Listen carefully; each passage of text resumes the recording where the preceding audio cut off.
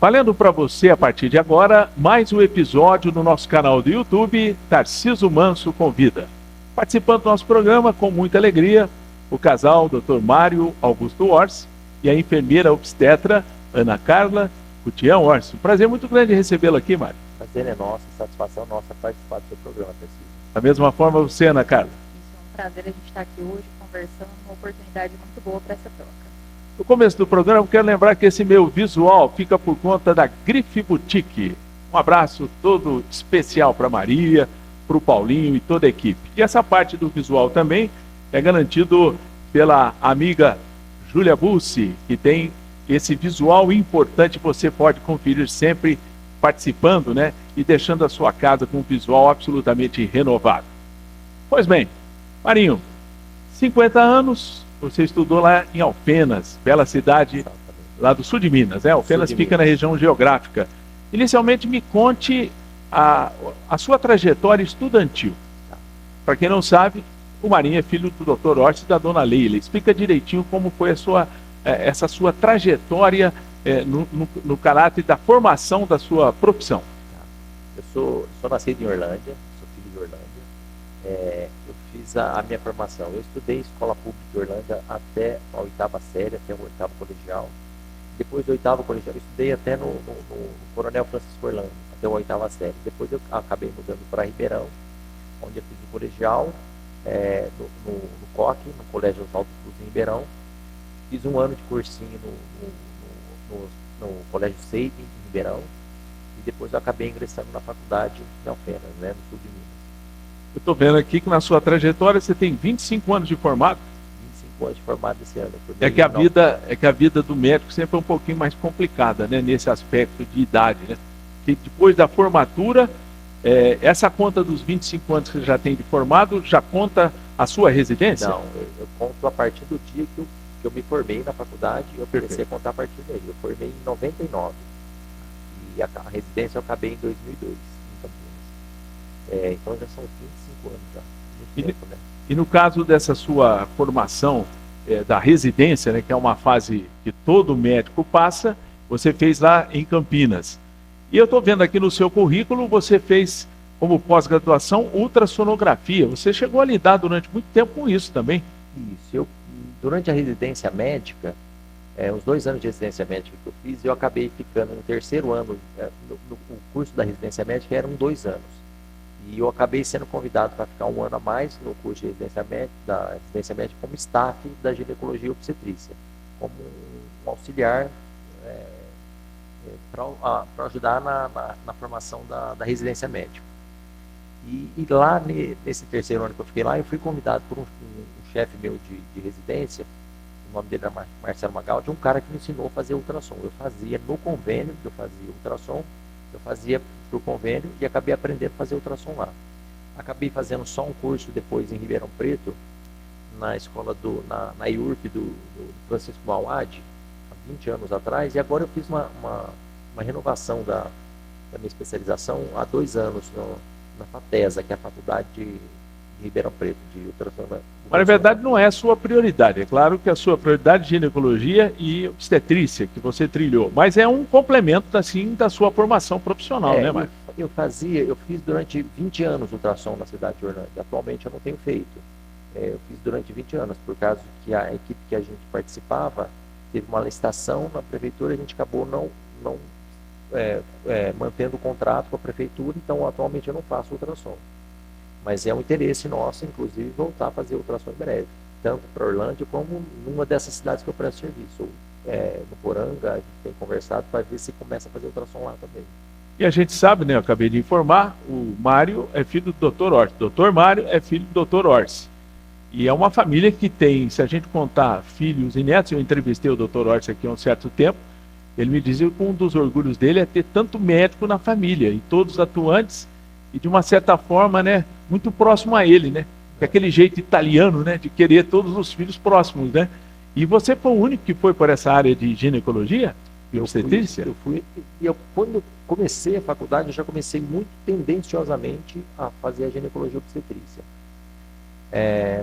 Meu pai, um dos amigos do meu pai, Dr. Pugliese, falecido Dr. Pugliese era ginecologista obstetra. Eu era muito amigo, sou muito amigo dos filhos dele, que não moram mais aqui na cidade de Orlândia. São Carlos eles moram? Ribeirão? Eu acho que São Carlos. São Carlos.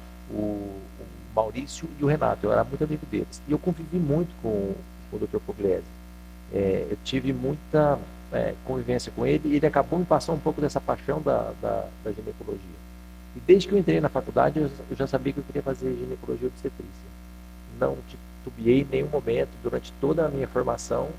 Quando acabou a faculdade, eu já ingressei na residência de ginecologia obstetrícia. Eu sempre quis fazer ginecologia obstetrícia. E o Dr. Pugliese, daqueles que foram primeiros aqui no Hospital de Orlândia, acho que ele foi o pioneiro nesse segmento, não foi, Mário? Da ginecologia obstetrícia, eu acho que ele foi o primeiro, ele foi o pioneiro. E no caso seu, naturalmente, essa sua inspiração veio do seu contato pessoal com ele, que era uma área que te interessava. Então você confirma, na sua família, só você atua nessa área? Só eu. Na minha família, acho que só tem uma pessoa que não virou médica e que virou advogada para cuidar de todos os médicos, que é a Marina, minha irmã, né? Ela virou advogada, mas os meus sobrinhos, o meu afilhado, todo mundo fez medicina. Meu irmão é médico, e eu sou médico, os filhos da Márcia, da minha irmã, são médicos, já formados e trabalham em São Paulo. E a Márcia também milita nessa área de medicina também? Isso, exatamente. A Márcia acaba ajudando o meu pai e o meu irmão na clínica do meu pai e do meu irmão. Acho que ela é técnica de enfermagem e ela acaba ajudando eles. E hoje a minha filha virou médica também. A Carol virou médica também. Você tem quantos filhos? Eu tenho uma filha. Uma filha minha e uma filha de coração, que é a filha da Ana Carla, que é minha filha também, né, praticamente. Com certeza. É tanto minha filha quanto a minha filha. Então, nesse caso aí, vocês vejam, né, que a questão da medicina, ela tem a sua vocação. Porque a medicina, vocês têm aquele curso, né, que são 5 anos, não é isso? E depois vai para a residência. E vocês decidem o segmento que vocês vão a partir de que tempo vocês estão na própria faculdade? No segundo, terceiro, quarto? Como é que funciona? Normalmente na faculdade, a pessoa, quando ela está no final da faculdade, ela começa a passar pelas especialidades todas, começa a fazer estágio nas áreas todas, ela acaba criando uma afinidade maior por essa ou por aquela especialidade. Mas é aquilo que eu falei no começo, desde que eu entrei na faculdade já tinha uma predileção para fazer ginecologia obstetrícia. Eu não sei se é algo que veio comigo desde antes de eu entrar na faculdade. Eu já queria fazer ginecologia obstetrícia.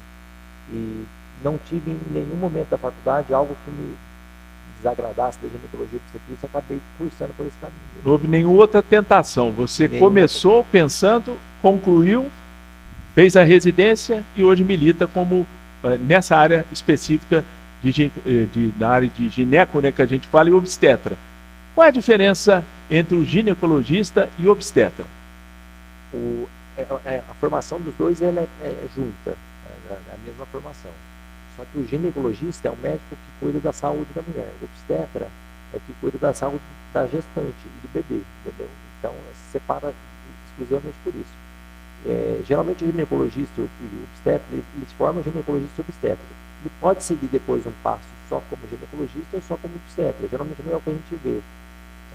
Mas o ginecologista trata da saúde da mulher e o obstetra da saúde da mãe e da criança. Né? Ou seja, a atuação no segmento de ginecologia, ela é durante praticamente toda a vida, né, da mulher. E no caso específico, a obstetrícia ela atua no momento em que há a condição do filho, né, do parto.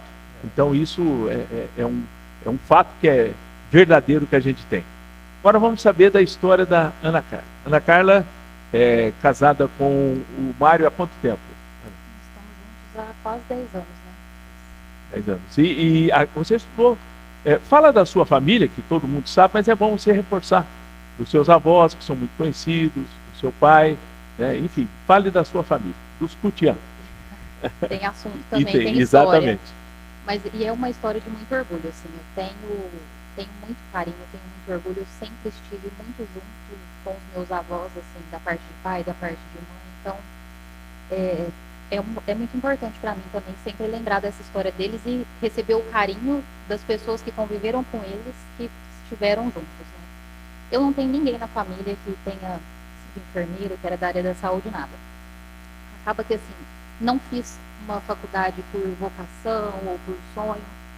Eu tive uma época um pouco conturbada, que foi logo depois que eu perdi meu pai, eu estava no primeiro colegial, então, assim, não foi uma época de muita dedicação, de muito estudo, de muito foco. Então eu terminei o colegial, precisava fazer alguma coisa e acabou calhando de fazer enfermagem, porque uma amiga da minha mãe era enfermeira, e assim, caí ali, fiz a faculdade, cursei, fui bem feito, trabalhei, logo que eu saí da faculdade, trabalhei em Franca, no Hospital São Joaquim, que é o hospital da Unimed de lá, 4 anos. E foi lá que eu aprendi, assim, falo que lá eu me formei. Então tive ótimas amigas, tive companheiras de trabalho, que ali eu aprendi e entendi o real significado da enfermagem. Nunca gostei de obstetrícia, nunca trabalhei com obstetrícia. Eu brinco que lá em plantão, assim, eu fazia qualquer coisa para sair do plantão de obstetrícia. Mas, Quando conheci o Mário, nós começamos a namorar e eu trabalhava em Franca e trabalhava em Sales. Então eu fazia turno de 36 de trabalho por 12 de descanso. Então acabou ficando muito corrido. E a gente acabou optando por trabalhar junto, porque são profissões complementares. Então o cuidado para acontecer precisa do médico, precisa do enfermeiro, precisa do técnico de enfermagem. Então a gente não funciona sozinho. E a gente começou a trabalhar junto. E aí eu me encontrei assim, eu entendi assim, isso para mim hoje, pra gente, não dá pra gente separar trabalho de vida pessoal. Não dá para separar o que a gente é trabalhando, o que a gente é em casa. Então hoje isso pra gente é missão de vida. e uma coisa que é interessante, e eu reforço até para que você explique, né? A sua mãe é de Sales, né? Isso, Passália. isso. Os Passálias são muito conhecidos em Sales Oliveira. Quem está me vendo agora em Sales sabe o que eu estou dizendo. E os cutiãs, seu Veraldo, Dona Luzia, e tem também os seus avós, diga o nome dos seus avós lá de Sales, dos Passálias. É o Nório e Durvalina, mas todo mundo conhece como Norão Passaglia lá. Norão Passália. É. Tem alguma ligação com o vereador, prefeito, eu não me recordo se teve, mas é dos Passálias, que é uma família muito grande lá em Sales Oliveira. Um dos irmãos dele. Um dos irmãos. Isso, que é o avô dos meninos do Augusto e Ativo, que foi um dos que participou da política, e depois eu acho que agora, eu não vou falar o nome porque às vezes eu vou errar, porque é muito Passaglia que tem, e é todo mundo muito parecido, às vezes eu vou errar. Mas recentemente também a gente teve, então eles estão sempre ali também Nativa. ativos. Isso, meu avô aqui em Orlândia, né, o Veraldo foi vereador aqui, sempre... Sim. E foi vereador junto comigo, inclusive na Câmara. No No meu primeiro mandato de vereador, ainda bastante jovem, me dava muito bem com ele. Tive a felicidade de ir em festa lá naquela chácara do Veraldo. Gilberto e Gilmar, ele muito amigo de uma dupla sertaneja muito conhecida. E uma coisa que me chama a atenção é que você perdeu o pai. Quantos anos você tinha? tinha 15 anos. É um momento difícil, né? O Carlinho, né? Ele passou mal aqui distante de Orlândia e morreu. Eles estavam numa pescaria, né? E na pescaria ele passou mal assim durante o dia. E aí chegou a ser socorrido, chegou a ir para o hospital, mas ele teve uma parada cardíaca. Isso a gente conta assim, que ouviu, né, do meu tio, que estava lá junto com ele, e aí não teve tempo, assim. Dentro do hospital, mas ele morreu. Um momento complicado, né? Porque você praticamente numa idade dessa, né, Mário? Sempre é um momento muito difícil para a pessoa ter força e realmente se restabelecer diante disso. E bastante jovem. E você fez a faculdade claretiana e também você é enfermeira. É importante destacar que nós temos as técnicas ou técnicos de enfermagem, mas tem a enfermeira. Qual que é o tempo de duração de um curso de enfermagem? Isso, a diferença, ela está na formação, né? Então, o curso técnico, ele tem uma duração média de 2 anos, feito em escola técnica. Aqui em Orlândia a gente tem o Alcídio como exemplo, que forma ótimos profissionais. E o enfermeiro, ele faz um curso superior. Então, são 5 anos cursando a faculdade. Equivalente ao médico, né? Que são 5 anos também da mesma forma. E aí, depois, a especialização em obstetrícia veio também na sequência. Aí foi um outro curso para ter essa especialização. Da mesma forma, o médico tem a sua residência, então, na enfermagem, a especialização também. O fato de você ter feito a especialização após, nesse segmento de obstetrícia, significa dizer que você está habilitado a ajudar o Mário na realização de um parto, por exemplo? É isso? Ou estou equivocado? Não só auxiliar. Como enfermeira obstetra, eu tenho autonomia nas situações de risco habitual de acompanhar parto. Então, a gestação, a gente não existe gestação sem risco. Então, a gente tem o risco habitual e o alto risco. Então, no alto risco, eu trabalho junto com ele, auxilio, a gente complementa a atuação. Mas no parto de risco habitual, o enfermeiro obstetra ele tem autonomia para fazer consultas de pré-natal, para solicitar exames, para fazer todo o acompanhamento da mesma forma que o médico. E natural, né? Dentro desse contexto, a gente pode imaginar que você sempre busca atualização, que é muito importante. Nenhum profissional, você que está me vendo e sabe, ele deixa de se atualizar, que também é o seu caso, como é o caso também do Mário, né? Do Dr. Mário, não é isso? E a gente, assim, Tarcísio, quem está próximo a Duda, por exemplo, minha filha que está em casa, eu não falo todos os dias, porque tem dias que são um pouco mais corridos, então às vezes a gente chega, tem as atribuições de casa e tudo mais, mas assim, pelo menos 5 dias da semana eu sento 2 horas para estudar. Então eu termino um curso, eu começo o outro, termino um, começo o outro, o Mário tá junto, é YouTube, não tem como. Agora uma coisa interessante, uma pergunta de homem para homem. Conviver com a esposa, vocês 24 horas. Exatamente. Eu vejo, para preparar essa entrevista, nós fizemos aquela preparação, os dois estavam num veículo, né? Hoje está moderno, chamada de vídeo no WhatsApp, para que a gente pudesse fazer e montar isso. Como é que é isso? A convivência é boa. É muito boa e é muito natural para a gente. A gente convive 24 horas, faz tudo junto e com extrema satisfação, né? É difícil explicar isso. É difícil explicar como seria diferente hoje em dia, entendeu? Que legal, Mário. E às vezes um pouquinho que a gente separa para fazer uma coisa ou outra, tá ligando e... Tá faltando alguma coisa, entendeu? E às vezes, assim, tem pacientes que perguntam, às vezes tem filhos que vão junto, e às vezes fala... Há pouco tempo uma paciente perguntou pro Mário, mas como assim? Sua esposa deixa você ver outra mulher tal? E isso é muito comum. Essa é boa. É a dúvida de todo mundo. E pra gente, é extremamente profissional. Então, assim, ele não está vendo uma mulher, mas é uma paciente que a gente está ali examinando. Então, não tem. É uma coisa que, não sei se a gente consegue explicar isso pros outros. E 24 horas junto, e a gente não briga, né? Dificilmente, assim, às vezes dá uma coisinha, mas muito mínima. E dorme e acorda junto o tempo inteiro. De conchinha invertida. É um suporte importante, né, Mário? Opa! Agora, Mário, eu notei aqui no seu currículo uma característica que me chamou a atenção na boa análise. É impressionante a vocação que vocês dois têm com respeito à saúde pública. Quando eu vejo aqui que você, natural, tem o seu consultório aqui em Orlândia, aliás, perto ali do portão de entrada do Hospital Beneficente. Isso. Para não ter muita distância, inclusive. Exatamente. Aí eu vejo aqui que, pelo que foi me dito, você atua em unidades básicas, que é o atendimento direto mesmo. Em Orlândia, Sales, no Poranga. São 7 unidades básicas nessas 3 cidades. Por que surgiu em você essa vocação de atender saúde pública? Eu acho que assim, é uma população mais carente e desde da época da residência médica, a gente já prestava um auxílio para o hospital que eu fiz residência médica é um hospital particular, mas que tinha uma prestação de serviço para o SUS. Então a gente atendia ambulatório no SUS. E onde a gente mais aprendeu na residência médica foi atendendo o paciente do SUS, que é o paciente mais carente, coisa e tal. Então eu me sinto até na responsabilidade de devolver isso para a sociedade, entendeu? E eu me encaixo muito bem atendendo o paciente. Eu me sinto muito à vontade de atender o paciente do SUS. Tanto em Sales, como em Nuporanga, como em Orlândia. Eu gosto de atender o paciente do SUS. A gente costuma até brincar que assim, a gente não costuma diferenciar muito a nossa consulta do consultório do SUS. A gente perde o mesmo tempo que a gente gasta no SUS, a gente gasta no consultório com o paciente. Então a gente demora muito. A gente eu sou até meio taxado quando eu vou no SUS. Puta, um médico que demora, a gente vai demorar para sair daqui, porque a gente consulta exatamente igual a gente consulta no consultório. Afinal, quando você se formou, você fez um juramento. Exatamente. O que dizia esse juramento? Você sabe, né, Mário? É importante isso, né? Eu acho isso significativo, porque a gente tem a tendência de imaginar e criticar o sistema de saúde do Brasil. Totalmente equivocado. O SUS foi uma bênção. Por quê?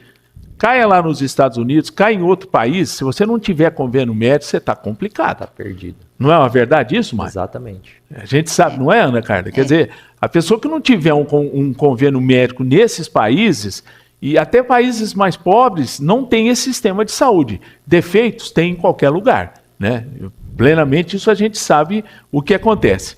Agora, eu percebo também, No hospital, é lógico, você tem o seu trabalho prestado e a gente nota que o nosso hospital está bem aparelhado. Não é isso, Mário? É um hospital muito bom que não perde para nenhum hospital da região. É um hospital bem equipado, um corpo clínico muito bom, um corpo clínico amigo, que todo mundo se respeita. Então é um hospital muito bom, que não deixa nada a desejar para nenhum outro hospital da região.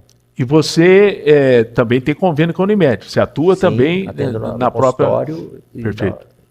Pela Unimed. Agora, na trajetória de vocês, qual foi algum fato em que vocês tiveram que desdobrar? Não precisa dizer o nome de paciente, naquela situação de risco, porque o nenê não tem hora programada. Pode sim programar, se não sair, se não nascer, dentro de um certo tempo faz a cesárea, mas tem um contraponto. Vocês têm um pensamento que é uma novidade também, a história do parto humanizado. Eu gostaria que você iniciasse explicando, Ana Carla, depois o doutor Mário complementa para nós. E assim, história de paciente, de vivência, a gente tem demais e isso é até uma curiosidade que o Mário brinca, que assim, eu tenho uma memória muito boa, mas muito boa mesmo. Eu consigo lembrar... Desculpa te interromper, é uma memória preocupante.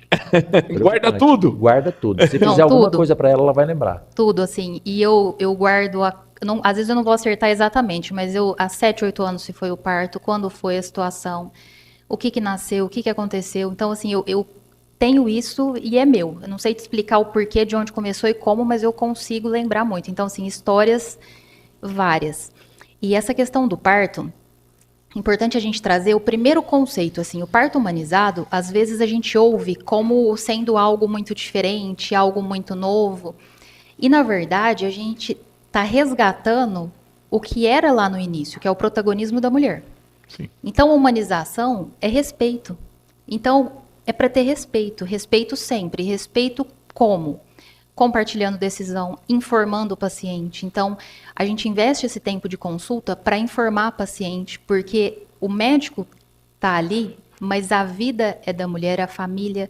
Então, ela precisa compartilhar essa decisão também. Então, essa humanização é esse respeito, e não uma hierarquia de cima para baixo, sem eu entender o que está acontecendo, mas eu vou fazer porque o médico tem essa figura de dominar o poder. E de maneira objetiva, doutor Mário, então, nesse caso, a escolha do jeito que o bebê vem numa situação de normalidade sempre será da mãe, nesse sentido. É claro que vocês oferecem as opções, né, Ana Carla? Sim, e sempre assim. Então, sempre a gente conversa e trabalha em conjunto para que a paciente entenda onde ela está, quais são os seus riscos associados, porque quando a gente fala em cesárea também, a gente tem uma banalização de que isso é tudo muito normal e tranquilo. E é uma cirurgia de grande porte, e a cada cesárea a gente aumenta mais o risco de infecção, de mortalidade, de hemorragia. Então, são várias questões que a gente está preparado, está ali para atender, mas quando a gente assume a decisão, a gente tem que entender o que vem por trás, porque tudo tem risco. Então, a pergunta que a gente mais recebe, tem risco? Tem, tudo tem risco. A gente está aqui agora, a gente tem risco. Então, o pré-natal a gente faz, então, para tentar minimizar isso daí, para tentar reverter, para cuidar, faz curso, se especializa para saber atender um parto, para saber atender uma urgência. Mas a humanização é respeito. E hoje a gente tem assim um reforço aqui em Orlândia com a gente, a doutora Mariela Graner. Ela veio há 1 ano mais ou menos para cá, então ela também acredita muito nesse trabalho de humanização, de protagonismo da mulher, então traz junto com a gente isso, porque por muito tempo a gente acaba assim sendo visto com outros olhos, porque parece que a gente inventa, que a gente está... E não é. Então, assim, é acreditar no trabalho com o respeito, assim, de que você precisa, você como pai, você como avô, você precisa estar inserido. Você aliás, precisa entender o que está acontecendo. Nessa sua linha de pensamento, dentro de uma opção que você tem que oferecer hipóteses, né? Para que cada um faça a decisão. Em nenhum momento, você como obstetra, né? Você sabe a hora certa de que o paciente, se você não fizer uma cesárea, o paciente corre o risco de morrer. Então essa decisão fica sempre nas suas mãos, mas a mãe, no primeiro momento, escolhe. Esse é o pensamento do Marinho? Exatamente. Eu acho que assim, a condução de um trabalho de parto, a pessoa pode ser, a qualquer momento, ela pode ter uma virada na chave, ter uma indicação de uma cesárea, ela tem que ser informada do porquê da necessidade da cesárea, que ela vai se beneficiar da realização da cesárea para correr menos risco. Então, acho que assim, é jogar claro. Durante todo o trabalho de parto e parto da mulher tem que ser sempre bem orientada.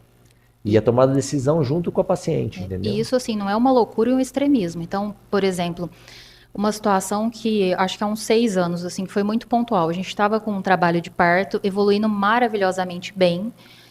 E a gestante bem, ela não teve, nem teve queixa, mas ela estava deitada, a gente tinha acabado de ouvir o coraçãozinho, estava tudo bem. Quando ela levantou, tinha uma mancha de sangue no colchão. Então, isso sugeriu para a gente que ela teve um descolamento da placenta.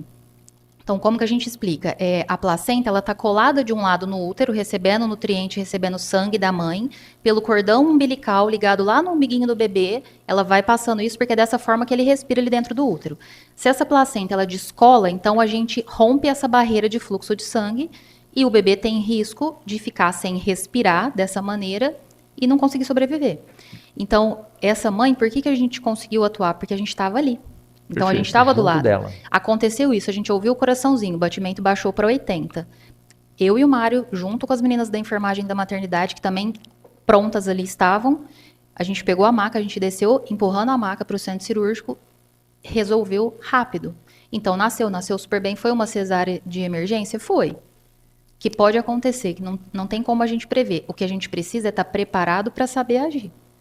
E aí, o que é interessante nisso, naturalmente, quando se opta por esse tipo de procedimento, naturalmente você tem que se envolver mais tempo no parto, né? Porque se você tem que ficar vigiando. Eu dou um testemunho pessoal porque as minhas 2 noras optaram por fazer o parto normal, né? Natural. Aí chegou um momento que as 2 não deram conta, acabaram fazendo cesárea, mas não correram risco em nenhum momento. Quando se percebeu que não havia como fazer o parto, aí foi liberado e vieram 2 dos meus 3 netos nessa opção também, que foi absolutamente controlada, sem nenhum tipo de risco. E aí, Tarcísio, eu até acrescento assim 2 questões. Primeiro, a gente entender a importância que o trabalho de parto tem para a mãe e para o bebê. Então, faz diferença um bebê que ele viveu o processo do trabalho de parto antes dele nascer. Então, independente se vai ser cesárea ou não, aguardar o trabalho de parto e optar por essa cesárea em trabalho de parto já seria uma opção maravilhosa, ao invés de a gente agendar sem nenhum motivo. É o nenê mostrando pra gente que está na hora de nascer. Não é a gente mostrando pro nenê que a gente quer que ele nasça. E a segunda questão, que é algo natural também de se falar, que quem fala não consegue perceber, mas a gente que está ali tentando trazer esse protagonismo e trazer essa informação, a gente ouve muito, que foi a sua fala agora. As 2 chegaram num ponto que elas não deram conta e a gente foi para a cesárea. E isso é algo que a gente também tem trabalhado na informação, porque muitas vezes não é que a mulher não conseguiu. E a gente não fala por mal, é natural isso. Sim. Mas a gente sempre precisa olhar a estrutura que a gente forneceu para elas. Porque na grande maioria das vezes, existe uma falta do que está ao redor para proporcionar que ela continue ali, para proporcionar que ela tenha informação para continuar ou que a família também tenha. Então, hoje a gente recebeu uma paciente que ela tem uma indução de parto marcada para fazer em outra cidade, é uma situação de um risco mais elevado, e ela trouxe para a gente que ela estava com muito medo, e que eles já tinham pensado que se ela começar a sofrer, eles vão parar a indução. E aí a gente investiu ali naquela conversa e ela saiu dali entendendo que ela não está indo para o sofrimento e ela não está indo para algo ruim, porque senão já não vai dar certo. Não é sofrimento, é um processo que a gente precisa passar para chegar. Então, a gente precisa enxergar isso dessa outra maneira. Então, ela saiu, ela falou, agora eu estou até aliviada. E as pessoas que estão ao redor dela, ela precisa conversar isso com elas. Porque o nosso instinto de proteção é a hora que fala, da contração, a gente achar que está sofrendo. E a gente quer acolher. Sim. Então, trabalhar para que a família e a rede de apoio também consiga entender isso, consiga entender todos esses processos. Em algum momento do trabalho de parto, 100% das mulheres vão pedir uma cesárea. Porque ela está desgastada, ela está com dor, ela acha que ela não vai conseguir. Aí que entra o papel do médico de mostrar para ela que ela é capaz e que aquilo vai passar e que ela vai conseguir, entendeu? E por isso também que esse preparo tem que ser feito antes, na cabeça, né? Na mente dessa futura paciente que vai realizar o parto. Diria que até mais de 50% de importância é o trabalho psicológico da mulher. É a informação. É o que a gente fala, você vai casar, você faz um curso. Vai batizar, faz um curso. Festa de 1 ano, todo mundo começa a planejar quando engravida. Inventaram a tal de nersário. É mêsversário. Eu não dou conta. E aí, assim, você vai pro parto... Não que eu não dou conta, eu gosto. Eu tô dizendo que, como diria muito. o outro, no meu tempo não tinha isso, mas hoje... E olha só, quantos preparos e pro parto, não. Para cuidar do bebê, para amamentar, não. Então, o nosso papel é fortalecer e mostrar isso daí para ela. Mostrar os caminhos para que ela consiga buscar e se preparar para viver. Porque o reflexo do parto, ele, positivo ou negativo, ele vai ficar. Apenas uma paradinha só para dizer, você que está vendo aqui o nosso QR Code do lado direito, você aproxima o seu celular e faça uma interação conosco. É muito importante a gente ter a sua opinião, a sua participação, afinal você vai fortalecer o nosso canal do YouTube, Tarcísio Manso Convida. Lembrando mais uma vez que o nosso visual fica por conta da Grife Boutique e também essa beleza aqui de todo o esquema montado pela minha querida amiga Júlia Bussi, né? No visual que traz aqui dentro do nosso canal do YouTube. Eu gostaria de fazer uma pergunta agora para o Dr. Mário. O seguinte, essa preparação para o parto, né? Desde que se descobre que a esposa está grávida, aquela história toda, como é que é importante o acompanhamento desse ciclo? O que é necessário para que o bebê, quando venha, não nasça com algum tipo de deficiência, inclusive de natureza alimentar? Como é que é o procedimento? Isso chama pré-natal, não é isso? Tem a consulta pré-concepcional, antes mesmo da mulher engravidar. Quando a mulher deseja engravidar, ela já começa a fazer essa preparação antes mesmo dela engravidar. Então ela vai fazer diversos exames para ver se ela tem algum problema e ela já começa a fazer suplementação de algumas vitaminas para evitar problemas durante a gestação. Algumas malformações a gente consegue evitar com a suplementação de algumas vitaminas. Então isso é importante que se comece antes mesmo da mulher engravidar. E durante toda a gestação, nas consultas de pré-natal, ela vai ser avaliada, vai ser feito exames nela durante todo o pré-natal para ver se ela tem deficiência de alguma coisa, de alguma vitamina, vai ser reposta essa vitamina, vai ser corrigida algum problema que ela possa ter e vai ser feito os exames do pré-natal. Então assim, fazendo os exames de rotina, seguindo uma boa orientação de pré-natal, geralmente a mulher não vai ter problema. E ela tem que se preparar fisicamente, emocionalmente também, para ter durante todo o pré-natal uma boa preparação para no desfecho de tudo isso ela conseguir ter, se for o desejo da mulher, um parto mais tranquilo. Ela tem que estar bem preparada física e emocionalmente, né? Então a gente prepara... Esse pré-natal ele tem essa finalidade também, além do acompanhamento para ver se está tudo bem, é essa preparação da mulher durante todo esse ciclo para chegar no final e ela ter um bom parto, entendeu? Agora, essa questão de infertilidade, no caso específico da mulher, qual é o principal problema da mulher não ter a fertilidade? Um exemplo, que é carente dela, evidentemente, uma má formação, alguma coisa, mas como percentual, a incidência da impossibilidade da mulher gerar um filho, adivinha do quê, doutor Mário? A gente classifica a infertilidade, a gente costuma classificar a infertilidade como infertilidade conjugal. A gente coloca uma responsabilidade no homem e na mulher também. Do homem, a infertilidade conjugal masculina, a gente pesquisa através de um exame, que é o espermograma. Só esse exame a gente faz. E na mulher, uma série de exames que a gente tem que fazer. Exames de imagem, exame de sangue, e tem dia certo para fazer esse exame, para ver a dosagem hormonal, para ver se ela está ovulando. Tem que fazer, em alguns casos mais detalhados, assim, um exame para ver se ela tem uma permeabilidade da trompa, se o óvulo passa ali pela trompa, então você tem que fazer um outro exame de raio-x. Uma das grandes causas de infertilidade na mulher é a trompa obstruída, então você tem que fazer esse exame para ver se ela tem essa obstrução, e aí você, identificando o problema, você vai tratar em cima do problema. De maneira prática, não adianta gerar o óvulo se ele não chega no local onde ele é concebido. Exatamente. E isso, percentualmente, é um grande fato que acontece. Exato. No caso esse da mulher é o principal problema. E no caso do homem? No caso do homem, geralmente, às vezes, alguma problema da produção de espermatozoides, que é o problema. Às vezes, cigarro, o homem que é tabagista, bebida alcoólica pode diminuir a motilidade dos espermatozoides também. E algum problema de alguma malformação. Às vezes, doenças que o jovem pode ter na adolescência pode, às vezes, acarretar num mau funcionamento do testículo e diminuir a produção de espermatozoides do homem também. Agora, existe também para o homem uma situação em que ele é submetido, por exemplo, a algum tratamento contra o câncer que pode provocar nele algum tipo de infertilidade? Pode também. E aí, geralmente, para esses casos, o pessoal tem recorrido muito hoje em dia a fazer a gestação planejada, entendeu? Então, se o paciente vai passar por algum procedimento, ele faz reserva de sêmen, de coleta de espermatozoide, a mulher faz a coleta do óvulo dela também, deixa isso reservado para fazer futuramente uma inseminação assistida, colocar já o embrião já pronto dentro do útero da mulher. Por quanto tempo um óvulo, por exemplo, questão de opção profissional, a mulher está no auge profissional, não quer conceber um filho não quer por uma questão profissional, 25, 30 anos, e ela opta por empurrar essa possibilidade um pouco mais para frente. Quanto tempo um óvulo pode ser preservado? Em média, numa situação de temperatura normal, aquela história toda, com uma estrutura montada. Se ela coletou o óvulo, pode ficar guardado em geladeira por um bom tempo. Mas eu falo assim, da fertilidade da mulher, conforme vai passando o tempo, a mulher vai diminuindo a fertilidade dela, vai produzindo menos óvulos.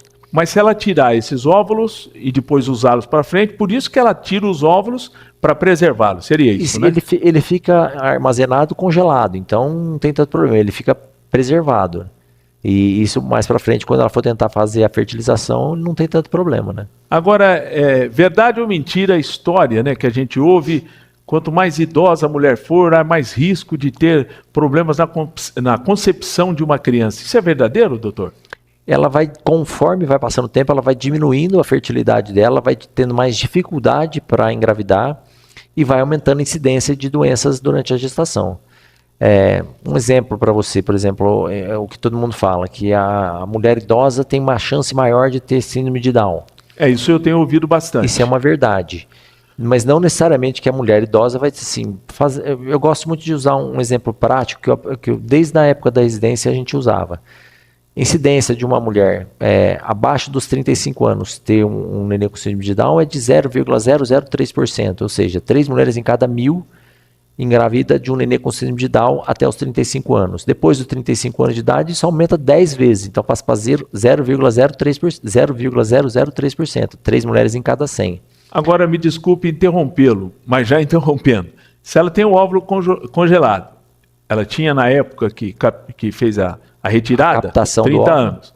Esse óvulo vai manter, entre aspas, a saúde do tempo que ela preservou? Seria uma forma de evitar isso? Exatamente. E hoje em dia o que se faz muito, a pessoa ela não quer a maternidade muito jovem, ela acaba fazendo a coleta dos óvulos e armazenando, porque é um óvulo mais saudável.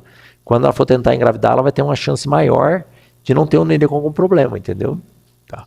Agora, voltando propriamente nessa preparação para o parto, em termos de alimentação, uma das coisas que eu percebi com você e também com o próprio Mário na preparação, a energia positiva que vocês têm quanto à importância da suplementação alimentar no processo do desenvolvimento do feto. Explica para mim a importância disso, Ana Carla. E a primeira importância é a mulher estar saudável. E mesmo que a gente faça tudo, tem situações que a gente não consegue evitar e tem coisas que acontecem pelas alterações do organismo mesmo, e não porque a mulher deixou de fazer ou fez algo errado.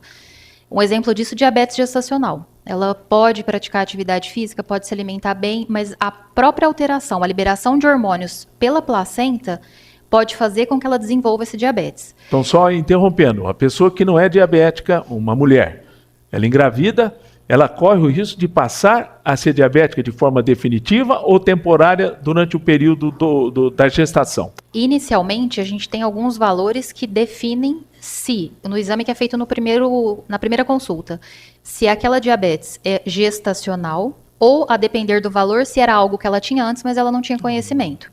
E a gente não tem uma certeza e não dá para afirmar se isso vai continuar ou não. Pode continuar, pode melhorar. Então, a gente preza pelo cuidado da atividade física, da alimentação balanceada, para não adicionar mais riscos do que a própria gestação já traz. E aí entra essa questão da suplementação. Hoje, o SUS, não só aqui em Orlândia, mas o SUS como um todo, o que ele oferece para a gestante? O ácido fólico e o sulfato ferroso.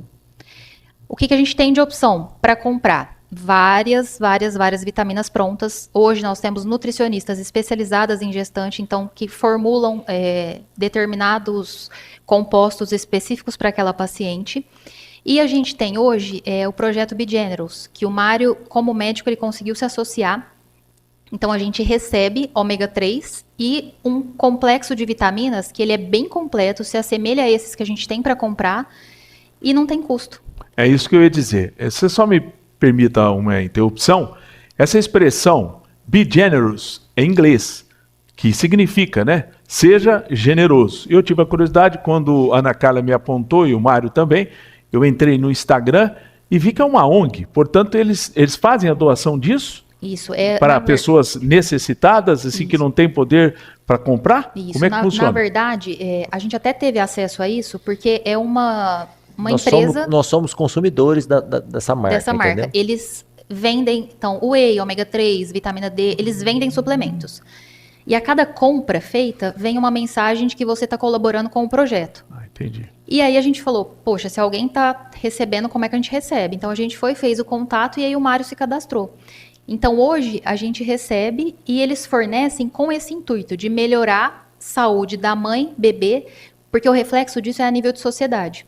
Então se a gente para pensar, se eu tenho uma mãe desnutrida, ela está gerando um bebê desnutrido. Perfeito. Que vai ser uma criança desnutrida, que vai ser um adulto desnutrido e esse ciclo ele nunca tem fim. Então o ciclo, entendeu? É uma tentativa, não que isso vá resolver 100%, mas muitas vezes a gente lida com pacientes que a gente fala, olha, a vitamina você vai tomar na hora do almoço. E ela te pergunta, mas e se eu não almoçar? Então parece que isso não acontece aqui, mas acontece.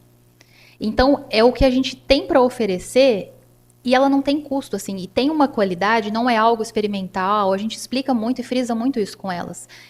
Tem qualidade, e é um projeto que ele está no Brasil todo. Então hoje, através do Mário, a gente consegue oferecer isso para Orlândia, Sales e no Poranga. Onde vocês atuam justamente na saúde pública. Exatamente. Agora, por exemplo, nós que compramos, eu uso o ômega 3 e uso também o whey e creatina, né?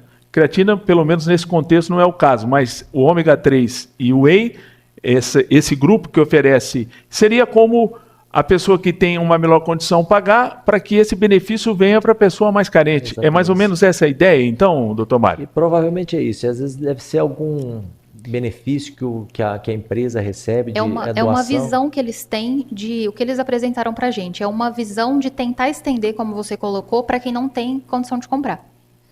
Então hoje, por exemplo, o ácido fólico ele é extremamente importante para a formação da parte do sistema nervoso do bebê lá no início da gestação. Só que o ácido fólico ele é um composto que ele não vem de uma maneira fácil para o organismo absorver. O que é fácil do organismo absorver? É o metilfolato. É essa forma do ácido fólico. Então hoje tem pacientes que compram pelo SUS Brasil, a gente só tem ácido fólico. Nesse polivitamínico que a gente oferece, a gente já tem a forma do metilfolato.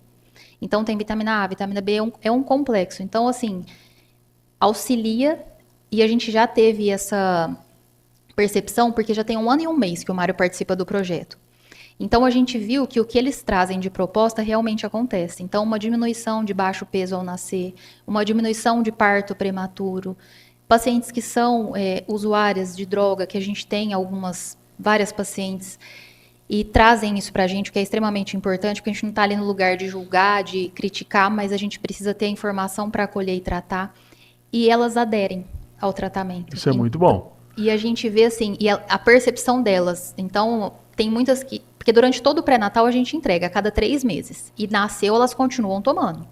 E elas trazem para a gente. Então, lá na publicação até tem alguns relatos, mas... São várias. E agora as novas começaram a chegar assim, a minha vizinha tomou aquela vitamina, o doutor tem? Então, entre as pacientes, elas perceberam melhora no bem-estar geral delas, então começaram a compartilhar isso com as outras colegas também. A gente está tendo retorno agora disso, né? Agora, doutor, isso tem a ver com aquele pensamento da pastoral da criança com a Zilda Arnes, que foi fantástico. Pioneira. Esse projeto é de tirar o chapéu literalmente, né? Exatamente. Aliás, essa questão da taxa de natalidade infantil no Brasil, é lógico que não diminuiu só por conta disso, outras coisas foram feitas, mas esse trabalho, ela que morreu numa situação do terremoto lá no Haiti, exatamente. Uma pessoa uma paranaense, diga-se de passagem, aliás, irmã do Dom Paulo Evaristo Arnes, que arcebispo emérito de São Paulo, acho que foi uma semente muito interessante que vem ao encontro plantou, do pensamento disso, né, Mário? Com certeza, ela plantou isso e isso está se perpetuando agora, né? E até nessa questão que você falou da pastoral, a gente participa dos cursos de gestante. Então, tanto do FAC... Boa ideia. Como é que são realizados na saúde pública esses cursos de gestantes? Me explique. Eu não vou... Talvez tenha informação completa para te falar, porque a gente não participa da organização deles, sim, mas a gente recebe o convite para participar já tem um tempo. É a Secretaria Municipal de Saúde de Orlândia ou é do governo do estado? O convite chega para a gente, por exemplo, no FAC, a dona Helena, sim, que faz esse trabalho assim, que tem um amor com essas gestantes. Ou seja, absurdo, continua dentro do segmento da pastoral da criança. Isso, da pastoral. Então, acho que eu não me equivoquei de sentir uma certa semelhança com isso. Exatamente. E na Cristo Rei também. Então, geralmente, no primeiro semestre do ano tem o curso no FAC e no segundo semestre na Cristo Rei. Então, tem a organização ali, mas eu sei que tem, assim, alguma contribuição a nível de poder público também, porque tem entrega de kits com banheiras, com alguns itens, então que tem essa colaboração da prefeitura também. E o convite para a gente chega geralmente através da dona Helena. E nesse último curso que a gente teve esse ano, por exemplo, a gente levou o suplemento e a gente entregou para todas as gestantes, mesmo as que não são acompanhadas pelo Mário. Vocês chegaram a mensurar isso, a medir, avaliar? O resultado foi bom, apesar que foi muito recente agora, mas... Com estas não, mas com as que a gente acompanha, sim. Com a gente não consegue ver com todas as que a gente não faz o segmento, a gente entregou a vitamina, mas a gente não tem o segmento do retorno, né? Mas com as que a gente acompanha, o resultado é super bom. Sim, e a gente vê essa redução mesmo. Então, há pouco tempo, por exemplo, a gente teve uma paciente que ela chegou pra gente com... Já tinha tido 4 filhos, todos eles com prematuridade, nascidos em Franca, uma série de problemas. E a gente chegou numa gestação, chegou pra gente acho que já com 20 semanas. A gente terminou essa condução. E suplementando, e vitamina, e essa orientação, e aquela... E o bebê nasceu com quase 40 semanas. Nossa. Então, assim... Queira nascer depois. Ela... para ela aquilo foi algo que ela nunca tinha vivido. Então, assim, ela mesma conseguia trazer pra gente. Ela falou, eu nunca tive essa vivência. Então, foi o primeiro filho que nasceu de quase 40 semanas, os outros de 30, 32. Bom, um prazer, viu? Um prazer muito grande recebê-los. Eu acho que esse tipo de testemunho, né, é muito importante. O médico, né, que milita, sim, junto a um convênio, que é a Unimed, importante para as pessoas que têm condição de ter esse convênio, mas, ao mesmo tempo, a manutenção de uma vocação, né, de um sacerdócio, né, como dizia um amigo meu que sempre usa essa expressão, ele é médico e não, ele para mim é um sacerdócio. Então, Mário, fica aqui o meu testemunho de reconhecimento a você pelo seu trabalho. Você já tem enfrentado tanto desafio na sua vida e você é um guerreiro, cara. Não, e a gente gosta muito do que a gente faz. Desde que a gente se encontrou, a gente acha que está fazendo até melhor, né, Ben? A gente se complementa em informação, a gente busca as coisas junto e a gente trabalha junto. A gente vai dormir junto, acorda junto, trabalha 24 horas junto e discute os casos todos juntos, todos os dias, entendeu? E o que você pensa com essa linha? O que você imagina e projeta para o futuro dentro desse seu projeto, juntamente com a Ana Carla? O que você imagina de resultado positivo? As coisas começam a ficar claras nesse sentido, né? Se a gente conseguir colocar na cabeça de todo mundo a sementinha de que é possível fazer um pré-natal com mais respeito com as pacientes, uma conduta com mais respeito com as pacientes e dando essa contribuição que a gente está dando, a gente já fica feliz, entendeu? Ana Carla, é um prazer também ter recebido você e a gente fica realmente entusiasmado com as ideias que foram trazidas e a gente torce para que isso aconteça também, né? Com certeza. Muito obrigado também pela sua presença e parabéns pelo apoio, pela parceria que você dá ao seu marido, que é muito importante. A gente que agradece esse espaço e que mais visibilidade tenha para esse assunto, porque a gente precisa colocar essa mulher no lugar de protagonismo dela, né? Não é aquele clichê de a mulher está onde ela quiser, não. É ser tratada com respeito e ter a família incluída também. Como diz um amigo meu, fechou. Estamos concluindo com muita alegria aqui esse bate-papo, essa entrevista, esse episódio, seja qual for o nome, foi um papo muito interessante com o Dr. Mário Augusto Orsi e a Ana Carla Orsi, que esteve aqui conosco. Deixa eu falar com o Tian também, senão a dona Vânia vai me puxar a orelha, que é o penúltimo dos nomes da Ana Carla. Estamos, portanto, pessoal, encerrando esse episódio. Eu tenho certeza absoluta que você gostou. Um abraço a todos.